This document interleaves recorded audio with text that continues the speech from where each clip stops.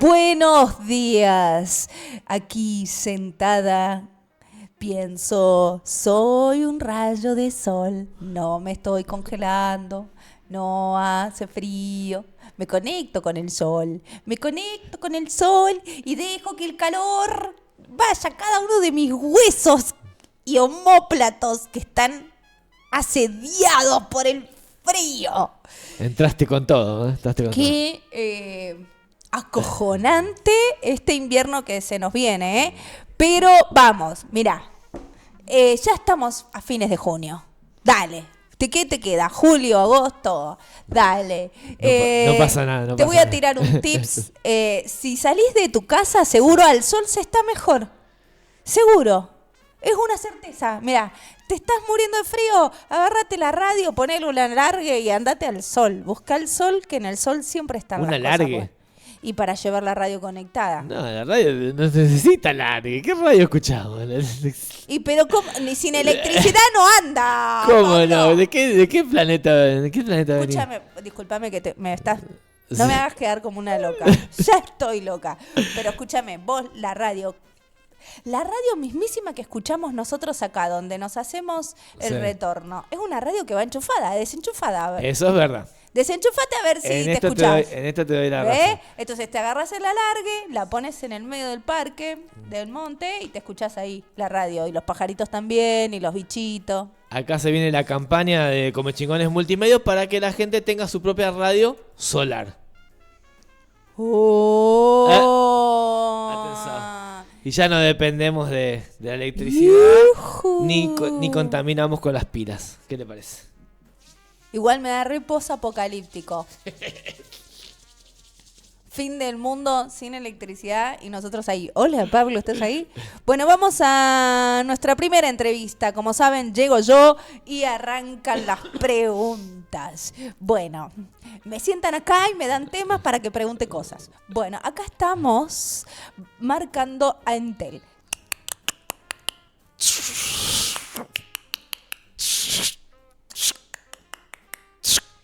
Vamos a discar a Juan Guardati, que es un periodista que está habitando en Córdoba directamente, porque somos muy zarpados como producción, ya cruzamos la sierra, y vamos a hablar con Juan. Juan, ¿estás ahí?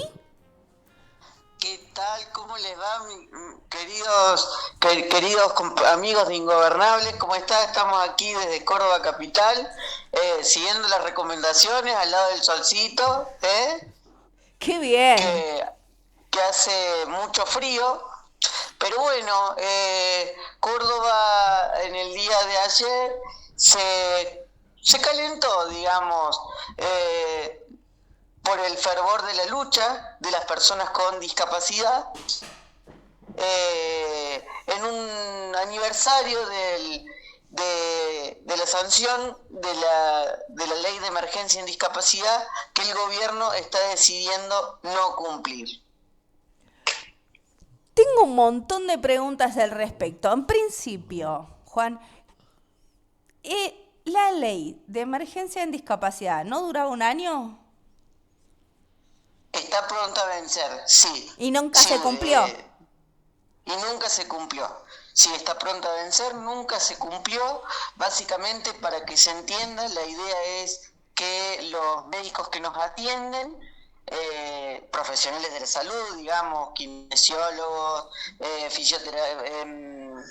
psicólogos, bueno, psicopedagogos, etcétera, puedan cobrar lo que han perdido por inflación durante el 2025, y se busca restablecer las pensiones por discapacidad quitadas durante la gestión del gobierno de Javier Milei. Y sí, está pronto a vencer, siendo que ha tenido un proceso muy complicado porque fue ratificada 4 veces. Y yo pregunto esto, ¿no? Se ratifica. El gobierno no las lleva a cabo. ¿Hay alguna posibilidad de implementar algo que de alguna manera obligue al Estado a hacerse cargo? ¿O no? Bueno, de hecho, Sí, de hecho, digamos, en febrero la abogada Marta Lastra presentó un recurso de amparo para exigir la reglamentación de la ley. Esto fue, bueno, en febrero de este año. Y posteriormente el juez federal Hugo Vaca Narvaja presentó una intimación para que se restablezcan las prestaciones del programa PAMI y el programa Incluir Salud, que son, digamos, los que están mayormente incumpliendo y que en definitiva, bueno, están generando, digo, como consecuencia de esto, para que se entienda, es básicamente, bueno, primero que los profesionales no cobran, y hay que también saber de que no es que, por ejemplo, me voy a poner ejemplo, yo soy usuario de silla de ruedas, o sea, tengo mis prestaciones de kinesiología, por ejemplo, y no es que las 4 sesiones de kinesiología mi obra social le va a pagar a mi kinesióloga a fin de mes, sino que le va a pagar dentro de 3 meses. ¿Por qué? Porque hay todo un proceso de auditoría en la facturación que hace que los prestadores cobren de esa manera cada 3 meses.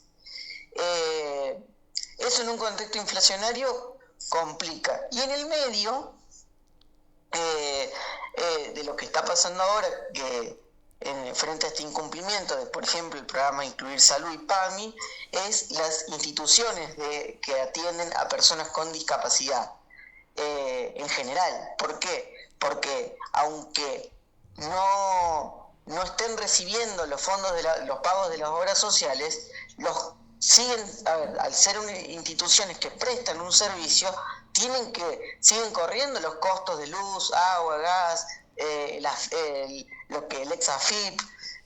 Entonces, digo, por ejemplo, por darles un dato, nosotros en Córdoba Capital tenemos el Cotolengo Don Orione, que es un centro de día que atiende a grande, que tiene creo que más de 100 personas con discapacidad. Si disculpen, ese dato no lo tengo chequeado, pero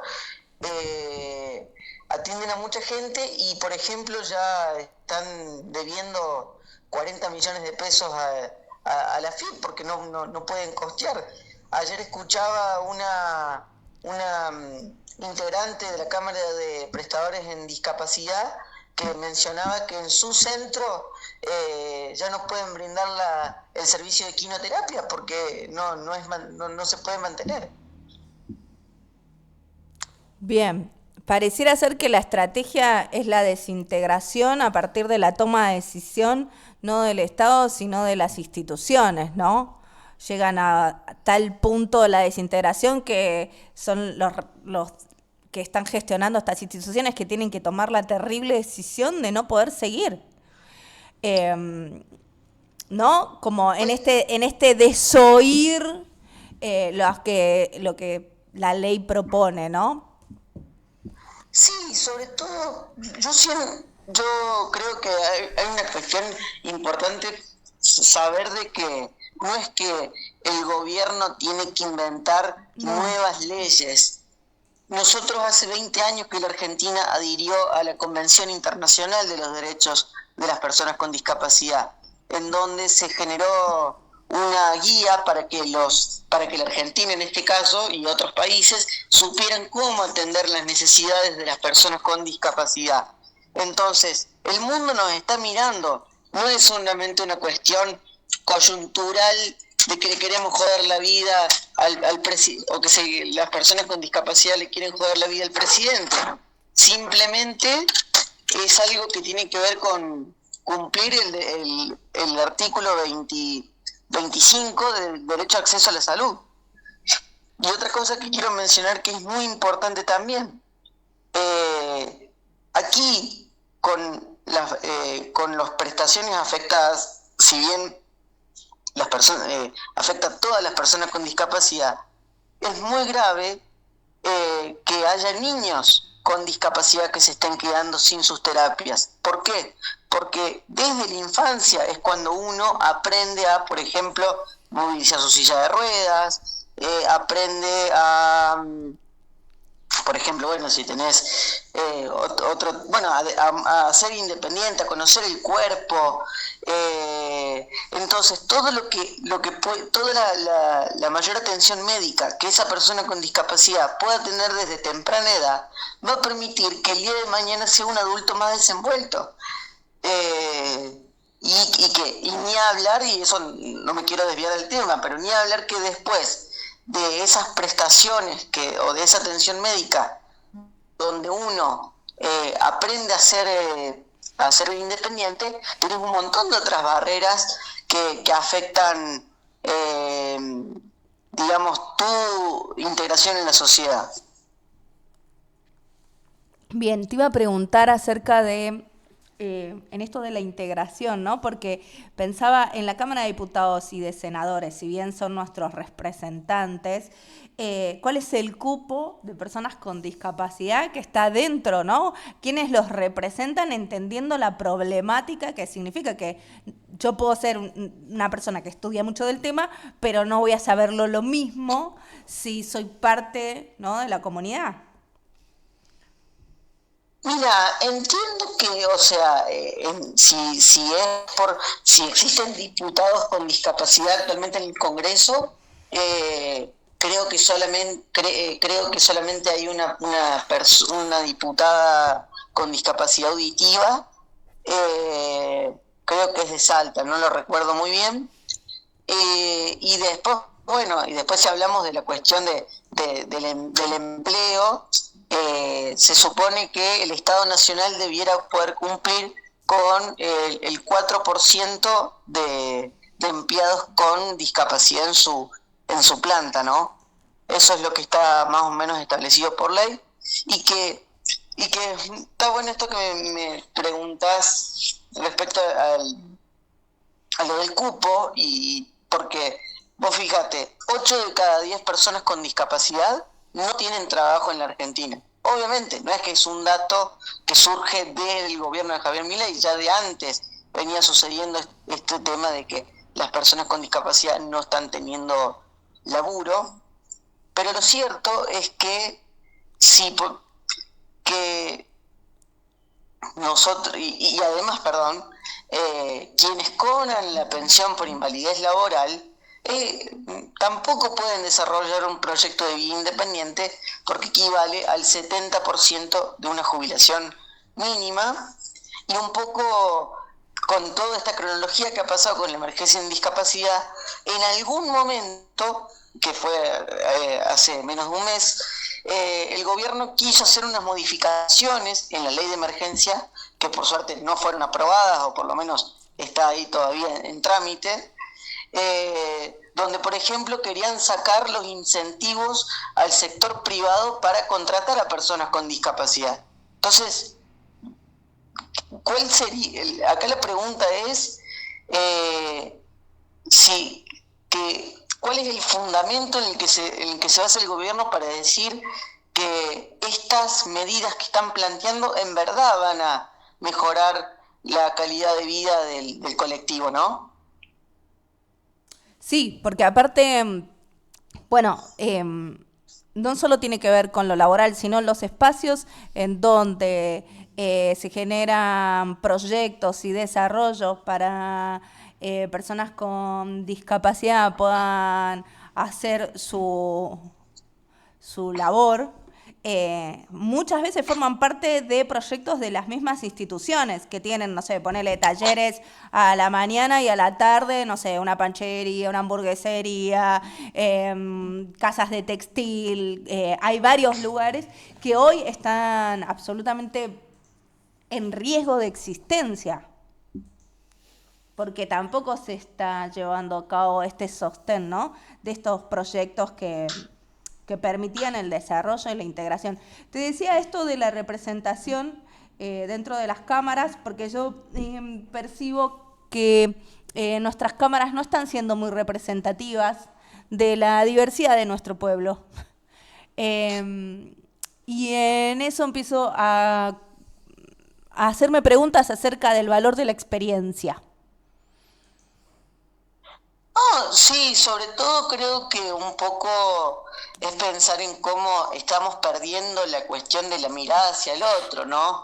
Digo, porque nosotros podemos vivir en un país con tendencias capitalistas o tendencias comunistas, eso, pero si ya de base estamos perdiendo quién tengo al lado y cómo lo puedo ayudar, yo creo que ahí un poco está esa sensibilidad social, ¿no?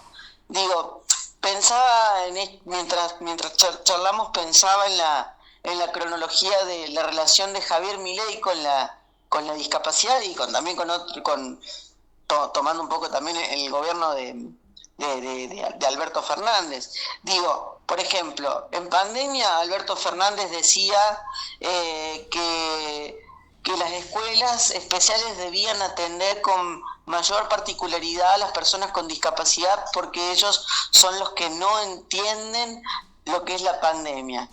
Después tenemos al presidente que ya Javier Milei, que marca una discusión con la discapacidad a partir de este like que le da, no sé si recuerdan cuando el presidente Milei le dio like a un meme Sí, del gobernador de Chubut, que lo hacía simular como que tenía síndrome de Down, ¿se acuerdan? sí, sí, sí.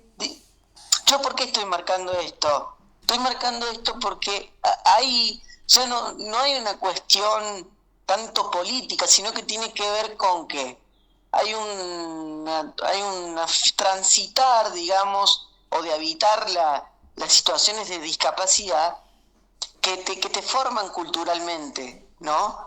Y es lo que decías vos, yo creo que lo que pasa mucho en discapacidad es que si no evitaste la discapacidad, o si no tenés un pariente, un amigo, o algo por el estilo que tenga una discapacidad, es difícil la empatía. Eh, O la compresión entonces, profunda. Yo creo que se nos escapan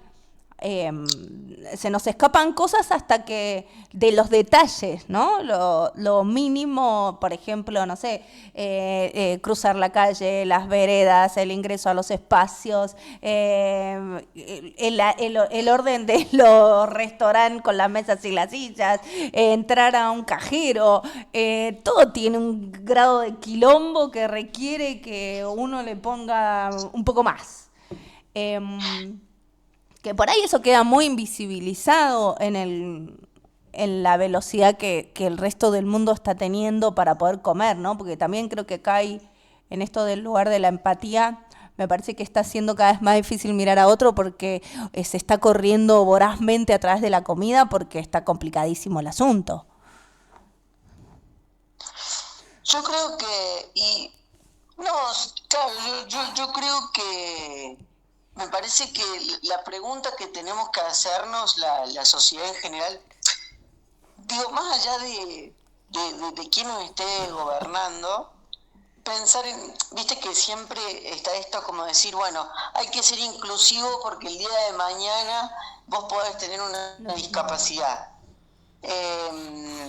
Y vos sabés que a mí eso a veces me suele hacer ruido porque siento que por ahí la pregunta que uno debería hacer es, che, cuando yo tenga un problema el día de mañana, ¿quién me puede ayudar? Y probablemente sea una persona con discapacidad la que en algún momento tenga esa solución a tu problema o pueda acompañarte. Eh, Creo que todo, y desde ya, por supuesto que hay una cuestión de poder como decir, che, ¿cómo me siento yo frente a las vulnerabilidades y cómo me siento yo cuando hago cosas en un tiempo distinto al que hacen los otros, por supuesto, tengas o no tengas discapacidad? Sí, ¿no? Te agradezco un montón porque estamos pensando mucho. Y eso está bueno porque por ahí en esto de darle vuelta al asunto vamos encontrando otras perspectivas, ¿no? Otras miradas. Em, Pensaba en... Justo ayer hablábamos con Fede, que es un columnista, ¿cuál sería como el rol del Estado si no es acaso ese abrazo fraterno, ese pacto fraterno en donde decimos, bueno, todos nosotros como ciudadanos aportamos a algo mayor que nosotros, que viene a ser el Estado, para poder proteger y cuidar a toda la comunidad, para vivir todos juntos de la mejor manera posible, ¿no? Como si eso hubiese sido la razón fundante de un Estado que hoy se está volviendo opresor, y que hoy deja de mirar como valiosas todas las existencias posibles, ¿no? Porque yo pensaba en esto también que decías de, bueno, un día cuando me pase a mí, bueno, pero más allá de eso, hay como una existencia que, que, que deviene en la historia de la humanidad y que, no sé, hay pibes que nacen con discapacidad y no por eso no dejan de ser valiosos, útiles, maravillosos, sorprendentes, de una gran sabiduría, de una conexión profunda, de un valor. Y pensaba en esto, ¿no? En la capacidad de... Acá se me juega una paradoja, ¿no? Porque pienso, bueno, che, en la capacidad como partes de una comunidad para, para abrazarla desde la mirada, ¿no? Desde la mirada respetuosa del otro, desde el reconocimiento de ser partes de lo mismo, ¿no? Que es la comunidad del pueblo argentino. Y también me vuelve a pasar esto de decir, finalmente, este juego de caer en la decisión individual del tipo que está sentado o la mina que está sentada ahí en la mesa del escritorio haciendo números y diciendo no se puede más. O sí se puede, ¿no? Sí se puede porque, no sé, nos endeudamos, sí se puede. Hay algo ahí entre lo colectivo, entre la organización, entre las instituciones y las leyes y lo individual que está haciéndome mucho ruido. No sé si soy clara con lo que estoy pensando, ¿no? No, sí, yo creo que en principio, mira, recordame tu nombre. Yarela. Yarela. Yarela, en principio yo creo que como para pensarlo desde lo que sucede en la actualidad, hoy, ahora, nosotros, solo mira, creo que más que, primero dos cosas fundamentales a pensar. Primero, saber que el hecho de que nosotros, las personas con discapacidad, tengamos nuestras prestaciones, nuestra atención médica gratuita, es porque hay un aporte que hacen los trabajadores formales, ¿sí? Que a un fondo que es el encargado de pagar nuestras prestaciones. ¿Por qué estoy explicando estas cosas tan técnicas? Porque de entrada, más allá de que esté muy en duda cuál es el rol del Estado, o qué es lo que tiene que hacer o lo que no, pensar en que lo que se está poniendo en juego es nuestra guita, ¿sí? Porque todo lo que sucede, digo, si hay un gobierno que no puede estar solucionando cómo hacer de que las obras sociales puedan sostener las prestaciones básicas gratuitamente a sus afiliados, bueno, ahí es en donde hay que señalar de que están haciendo un mal juego con nuestro dinero. No sé si se entiende. Clarísimo, clarísimo. No sé si se entiende y después por otro lado, que eso me parece que es una cosa, obviamente, opinión personal, más allá de mi rol como periodista disca, yo siento, eso a título de Juan individualmente, siento que por ahí el problema que estamos teniendo nosotros respecto al debate de quién se debe hacer cargo de cada quien, de cada que caemos en esto de decir, bueno, tal no se tiene que hacer cargo de esto, pero del otro lado no hay nada. Ese es el tema. Te voy a dar otro ejemplo con algo que ha pasado con la discapacidad hace un tiempo. No sé si ustedes están enterados de que el gobierno dejó de financiar los pasajes gratis para personas con discapacidad en el colectivo interurbano Sí. de larga distancia. Bien, entonces significa que sí, que lo tendrían que costear las empresas. Y como las empresas están en una situación de crisis económica, probablemente nos hagan a nosotros pagar nuestro boleto. Y uno podría pensar, bueno, está bien, es una idea piola pensar en que hay una persona con discapacidad que deba pagarse sus cosas. Ahora, retomando esto que te decía al principio, es una... Así, dicho, está muy bonito, pero si uno empieza a rasgar, se genera una desinteligencia, porque, a ver, ¿cómo una persona con discapacidad va a poder costearse su pasaje si 8 de cada 10 personas con discapacidad no tienen trabajo? Si la jubilación que cobran por la pensión por invalidez es del 70% una jubilación mínima. Vale la... Digo, no será una falta de respeto que nosotros tengamos que estar pagando un boleto cuando los colectivos no están adaptados para personas con discapacidad en cuanto a rampas, en cuanto a estoy pensando en el colectivo interurbano, ¿no? En el de larga distancia, pensando en la rampa, pensando en los espacios para que yo esté sentado cómodo, el baño, digo.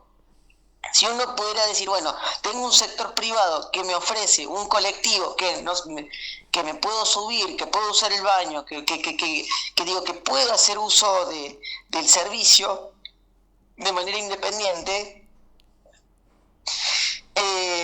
ahí sí podríamos decir que estamos en condiciones de costear un pasaje, pero si no se puede, y no es una cuestión insisto, de que uno no quiera pagar, sino que tiene que ser una cuestión de justicia. No, y aparte hay muchos casos en donde las personas viajan, por ejemplo, nosotros acá en Tras la Sierra, gran parte de los estudios y demás se realizan en Córdoba. Nosotros necesitamos cruzar las altas cumbres, o muchas veces se hacen en Buenos Aires, o... Bueno, en nuestro caso personal, las posibilidades de un buen desarrollo de la vida de nuestro familiar es que esa persona viva en Buenos Aires. ¿Por qué? Porque tiene sus médicos, las fundaciones, sus amigos, sus gestos de cordialidad de unos con otros. Bueno, tiene su comunidad allá, y la posibilidad de que vuelva a ver a su familia es a través de estos pasajes, ¿no? Entonces... También está buenísimo compartir con vos esta conversación, porque me parece que visibiliza cosas que a veces no se llegan a entender, porque quizás hay mitos acerca de que, no sé, la gente con discapacidad se toma micros y se va, no sé, de turista, o que también están en total derecho, ¿no? Pero, digo, no se ve lo que impacta que estas políticas públicas no se lleven a cabo, que no estamos hablando de algo que puede pasar sin que sea para tanto, sino que realmente es una transformación muy profunda al cotidiano, ya sea, por ejemplo, los pibes que no están pudiendo tener la atención desde la edad que necesitan, ni hablar de las instituciones educativas y todo lo que significa el andamiaje con respecto a los apoyos y demás. Yo creo que la verdad que siento lo mismo, te agradezco la verdad que esta conversación que estamos teniendo, porque por visibilizar y por hacerse preguntas, porque hoy, sin lugar a dudas, la respuesta es que el Estado se tiene que hacer cargo. Pero si en algún momento decidimos como sociedad que no sea el Estado el que se tenga que hacer cargo de determinadas cuestiones, no significa que nadie se deba hacer cargo. Yo creo que es, digamos, tanto de manera cada uno individualmente en su lucha puede, por así decirlo, predicar la palabra de la lucha en la discapacidad. También, si no tenemos un gobierno que de alguna manera haga un retorno y pueda decir todo lo que estamos luchando para arriba, también que vuelva. Estamos evidentemente en un problema, y como te decía al principio, creo que es importante que no, que cada valor como sociedad, que el valor de mirar al otro como sociedad no quede expuesto a un debate de si mirar al otro es de comunista o de capitalista. Simplemente mirar al otro tiene que ver con respetar o valorar, digamos, un concepto que nos hace simplemente seres humanos, que es ser sociables. Sí, y aparte, yo creo que acá hay como un estereotipo para ir cerrando, ¿no? Pero esta idea, me viene medio una barbaridad, pero esta idea de que todos blancos, de pie, rubios, de ojos claros, ¿cómo era Pablo, en la dictadura que se decía, los argentinos somos Derechos humanos. derechos y humanos, ¿no? Y en esa imagen del derecho y humano hay solamente un estereotipo del ser, ¿no? Es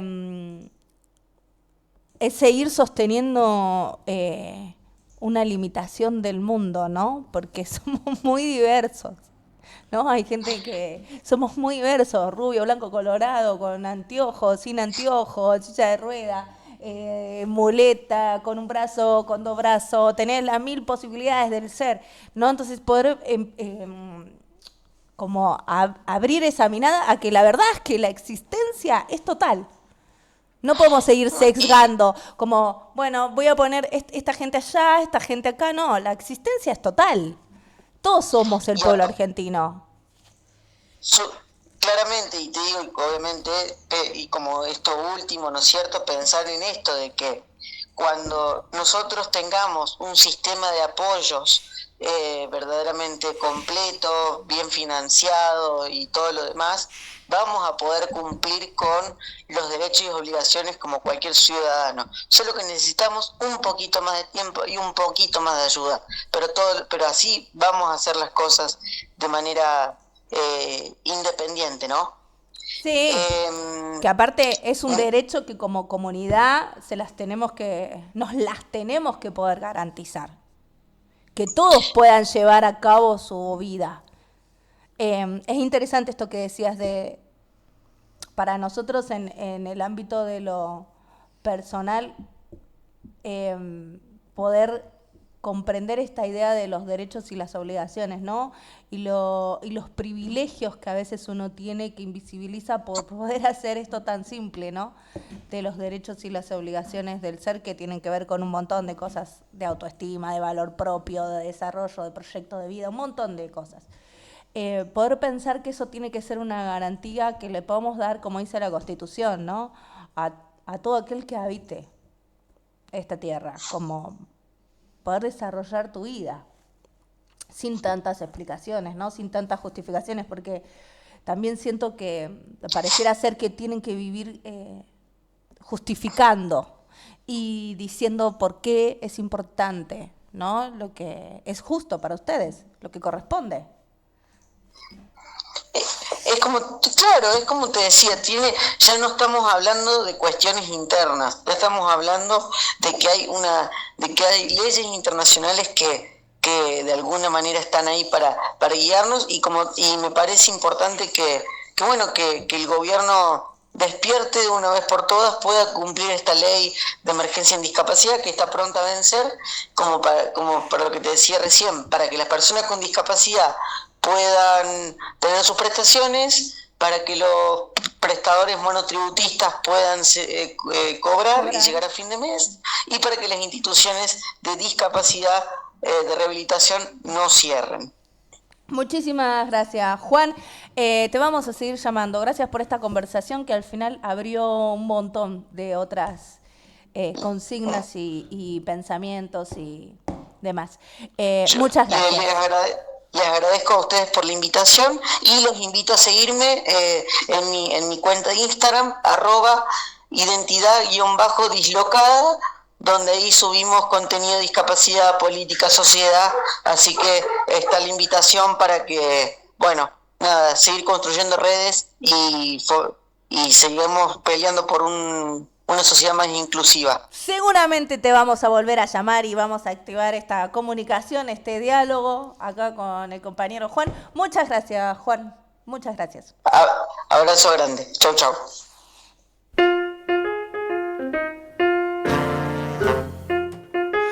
La lealtad, la dignidad, resistir, pelear por vivir. Así es el honor de los lobos.